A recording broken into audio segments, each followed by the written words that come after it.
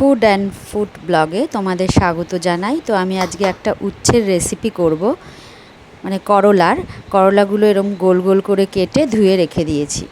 তো আমার এর মধ্যে এর জন্য লাগবে পেঁয়াজ কুচি, আদা রসুন কাঁচা লঙ্কা টমেটো পেস্ট করে রেখে দিয়েছি, আর ধনে গুঁড়ো জিরে গুঁড়ো। তো এবার আমি একটা পাত্রে জল গরম করতে দিয়েছি, এর মধ্যে উচ্ছেগুলো একটু ভাপিয়ে নেব। উচ্ছেগুলো একটু ভাপিয়ে নিলে তেতো ভাবটা চলে যাবে একদমই। তো এগুলো একটু ভালো করে ভাপিয়ে নিচ্ছি, আর একটু নুন দিয়ে দিলাম।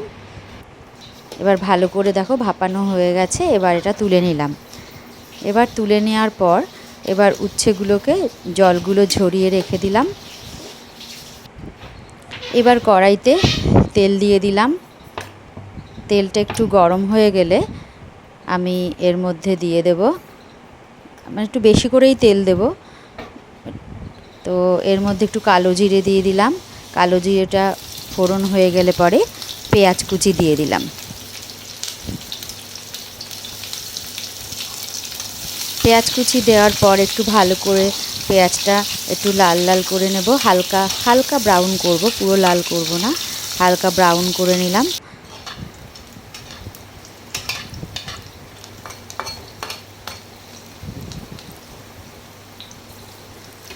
এবার এর মধ্যে দিয়ে দিলাম আদা রসুন কাঁচা লঙ্কা টমেটোর পেস্টটা। এই পেস্টটা দিয়ে ভালো করে পেঁয়াজের সাথে মিশিয়ে কষিয়ে নেব। এবার একটু কষানো হয়ে গেলে পরে এবার আমি দিয়ে দেব ধনে আর জিরে গুঁড়োটা। ধনে আর জিরে গুঁড়ো দেওয়ার পর হলুদ আর স্বাদ মতো নুন দিয়ে এটা ভালো করে মিশিয়ে নেব, যাতে মশলাটা ভালোভাবে তেল ছেড়ে যায়। আর যেটা পেস্ট করে রাখা মিক্সির বাটির মধ্যে যে একটুখানি লাগা ছিল, ওটা আমি জল দিয়ে ধুয়ে এর মধ্যে দিয়ে দিলাম। এবার এটা ভালো করে ফুটতে দেব। আর দেখো তেল ছেড়ে গেছে। এবার এর মধ্যে ভাপানো করলাগুলো দিয়ে দিলাম। করলা বলো উচ্ছে বলো, এটা দুরকম দিয়েই হয়। এবার একটু চিনি দিয়ে দিলাম অল্প করে। দেখো মাখা মাখা হয়ে এসছে। আর একটু ভালো করে নাড়াচাড়া করে নেব। এবার একটু জল দিয়ে দিলাম, অল্প করে জল দিয়ে ঢাকা দিয়ে দিলাম। কিছুক্ষণ বাদে 5 মিনিট বাদে ঢাকাটা খুলে দিলাম। দেখো করলাটা মাখা মাখা হয়ে গেছে। মোটামুটি আমার করলার রেসিপিটা রেডি হয়ে গেছে, মশলাদার করলা এটা।